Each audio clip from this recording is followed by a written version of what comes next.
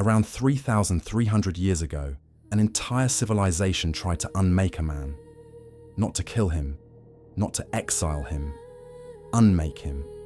Every statue bearing his face was smashed. Every inscription carrying his name was chiseled off every wall in Egypt. His city, a capital he built from nothing in the desert, was abandoned, stripped, and swallowed by sand. The Egyptians believed your name was part of your soul. Destroy the name, destroy the soul. No afterlife, no judgment, no field of reeds, just permanent, engineered nothing. This man had been Pharaoh. He had ruled the most powerful empire on earth, commanded armies, controlled the Nile, received tribute from every king who wanted to stay alive. And then his own successors deleted him so completely that by the time archaeologists began piecing him back together in the late 1800s, 3,000 years had passed without a single civilization knowing he had existed. His name was Akhenaten. And the reason they erased him was not madness, not heresy, not failure. It was because of what he had discovered about the priests, the courts, the god-king throne, and who was actually running Egypt behind the incense smoke and the golden walls. This is what they buried. This is what we found.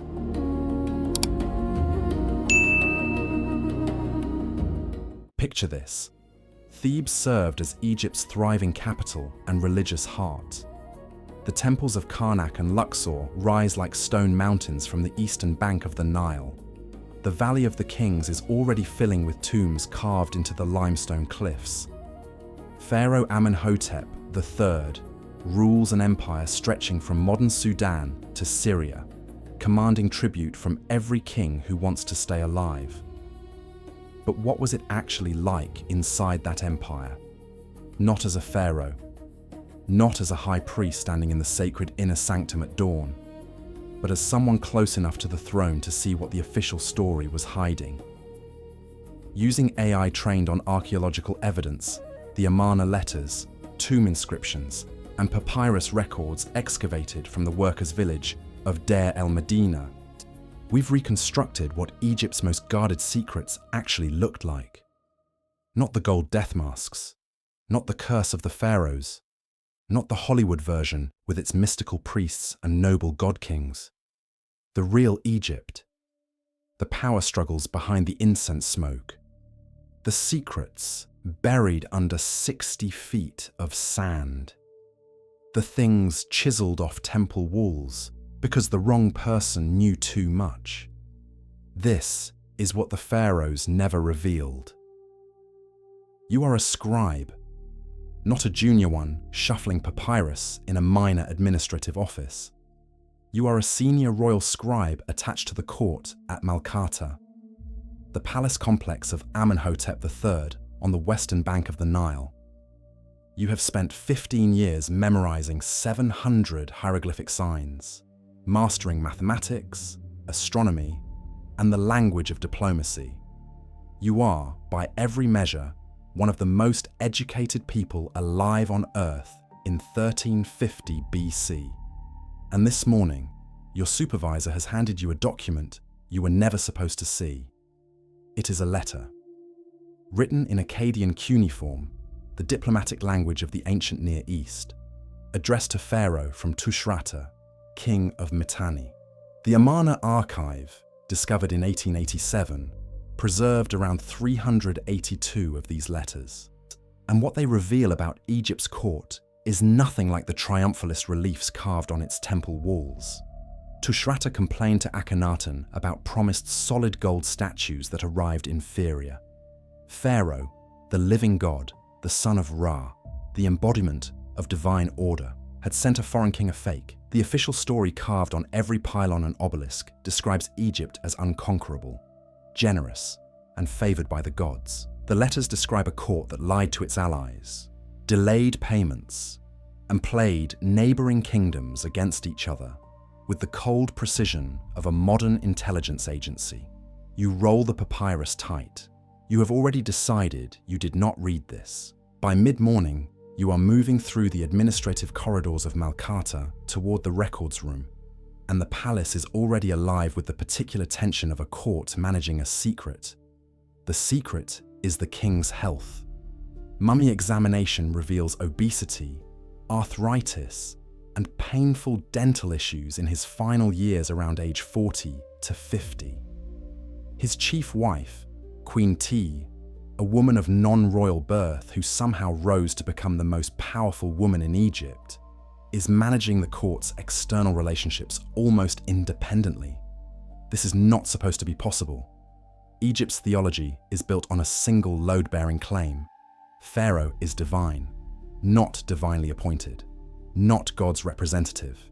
Divine, the son of Ra, the living Horus. If the king is sick, the cosmic order is sick.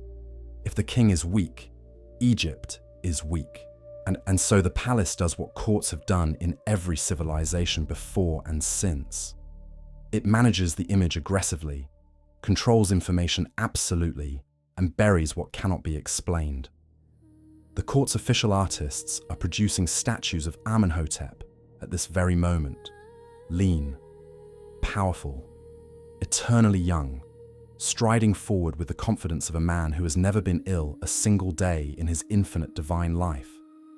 Some of these statues stand 18 feet tall. His Colossi of Memnon statues reportedly emitted musical sounds at dawn after earthquake damage, which priests immediately declared to be the voice of the god speaking. The voice of the god, produced by heat expansion in cracked stone. You know this. Several of the senior priests know this. Nobody says it aloud. There is a village 12 miles west of Thebes, carved into a natural amphitheatre in the limestone hills above the Valley of the Kings. It is called Deir el-Medina, and it is the most closely monitored community in Egypt. The men who live here are the workers who build the royal tombs. They know where the tombs are. They know what is inside them. They know the access tunnels, the hidden chambers, the false doors designed to mislead grave robbers. They are, in other words, the greatest security liability in the Egyptian state. And so the state does something remarkable. It creates a closed community. Workers are registered by name. Absences are recorded on limestone flakes called ostraca, and these survive. Actual attendance records from 1250 BC, preserved in stone.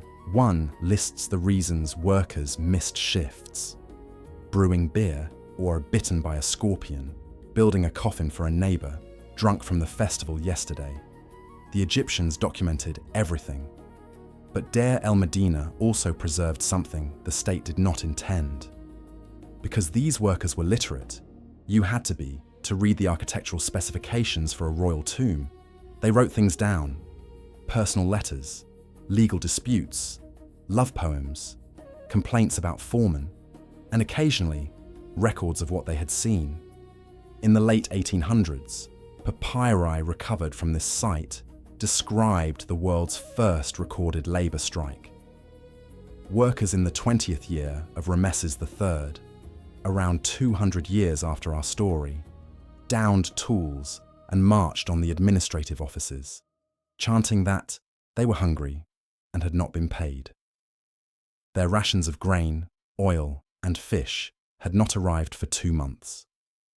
The strike worked, the rations came, and then the records of the strike were quietly buried under 3,000 years of sand. This is the hour when the thing no official text ever describes happens inside Karnak. The temple complex you see from outside, the towering pylons, the avenue of ram-headed sphinxes, the sacred lake shimmering in the afternoon heat, is a public face. What happens inside the inner sanctums is a different operation entirely, and the priests who manage it have built an institution that rivals the pharaoh himself in wealth, land, and political leverage. By the later New Kingdom, Amun's temple controlled vast lands, gardens, ships, and workers. The high priest does not answer to a civil government. He answers to a god, and since he is the only person who can interpret what the god wants, he effectively answers to himself. This is the secret Egypt's official theology cannot acknowledge. Divine monarchy works only if the king is the singular conduit to the divine. But Karnak's high priest performs the morning ritual, the noon ritual, and the evening ritual, waking the god statue, clothing it, feeding it, and asking it questions on the pharaoh's behalf every single day. Which means every single day, the man who actually speaks for the gods is not the king.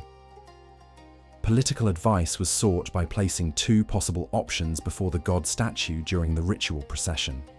The priest carrying the statue would move it forward for yes, backward for no. The god answered questions about criminal trials, land disputes, and succession. In practice, 12 men gripping a gilded wooden palanquin decided the outcomes.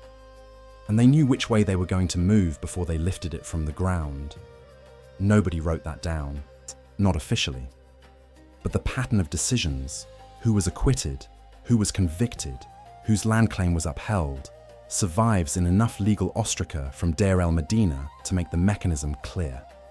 Here is the thing about the pharaohs that the temple walls will never show you.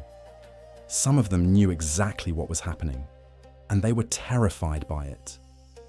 Amenhotep IV, who will become your pharaoh within a decade, does not respond to the growing power of Karnak's priesthood with patience or political maneuvering. He responds by burning the entire theological system to the ground. He closes the temples. He outlaws the worship of Amun. He changes his own name from Amenhotep, which means Amun is satisfied, to Akhenaten, meaning effective spirit of the Aten. He moves the capital 300 miles north to a city he builds from scratch in the desert and names Akhenaten.